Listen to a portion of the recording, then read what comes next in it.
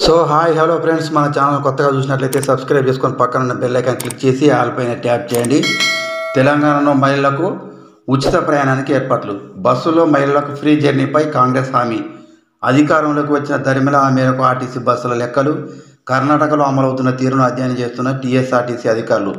4 సభ్యుల బృందం బెంగళూరుకు. ఆర్టీసీ బస్సులో మహిళలకు ఉచిత ప్రయాణ సదుపాయాన్ని కల్పించేందుకు ఏర్పాట్లు మొదలయ్యాయి.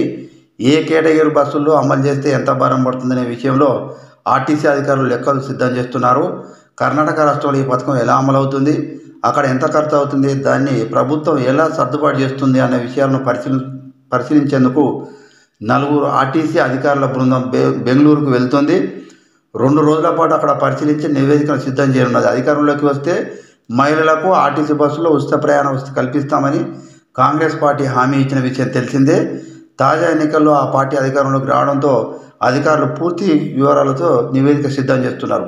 ముఖ్యమంత్రిగా రేవంత్ రెడ్డి పేరును పార్టీ అధిష్టానం ఖరారు చేసిన నేపథ్యంలో ప్రభుత్వం కొలుదీరబోతుంది. దీంతో వీలైనంత త్వరలో ఈ పథకం అమలు చేసే అవకాశం ఉన్నందున ముఖ్యమంత్రి అడిగిన వెంటనే నివేదిక అందజేసేందుకు వీలుగా ఆర్టీసీ ఏర్పాట్లు చేస్తుంది. ఎక్స్ప్రెస్ సర్వీసుల్లో కూడా అమలు చేస్తే దక్షిణాదిలో తొలుత తమిళనాడు రాష్ట్రంలో మహిళలకు ఆర్టీసీ బస్సులో ఉచిత ప్రయాణ వసతి కల్పించారు. కానీ అక్కడ కేవలం నగర పట్టణ ప్రాంతాల్లో తిరిగే సిటీ ఆర్డినరీ బస్సుల్లో మాత్రమే ఈ వెసులుబాటు కల్పించారు. ఇందుకోసం ప్రత్యేకంగా గులాబీ రంగులో ఉండే బస్సులను అందుబాటులోకి తెచ్చారు. వాటిలోనే ఈ వెసులుబాటు అనేది ఉంటుంది. కానీ కర్ణాటకలో మాత్రం రాష్ట్ర వ్యాప్తంగా ఎక్స్ప్రెస్ ఆర్డినరీ బస్సులో ఈ వసతి కల్పిస్తామని కాంగ్రెస్ పార్టీ ఎన్నికల హామీని ప్రకటించింది. అధికారంలోకి రావడంతో దాన్ని అమల్లోకి తెచ్చింది. తెలంగాణలో కూడా కాంగ్రెస్ పార్టీ ఎన్నికల విషయంలో హామీ ఇచ్చింది. కానీ కర్ణాటక మోడల్ను అనుసరిస్తుందా, తమిళనాడు మోడల్ను అనుసరిస్తుందా అనేది విషయంలో స్పష్టత రావాల్సింది.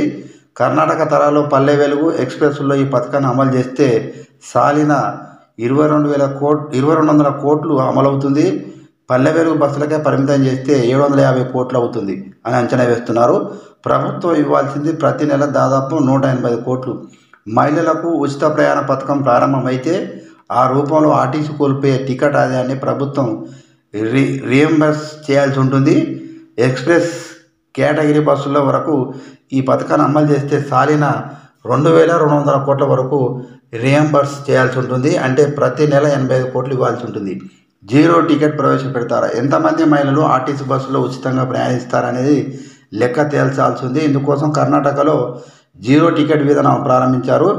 మహిళలకు 0 అని ఉండే ఈ జీరో టికెట్ను జారీ చేస్తారు. అలా రోజుకు ఎన్ని టికెట్లు జారీ అయ్యాయో నమోదు చేసి నెల లెక్కిస్తారు.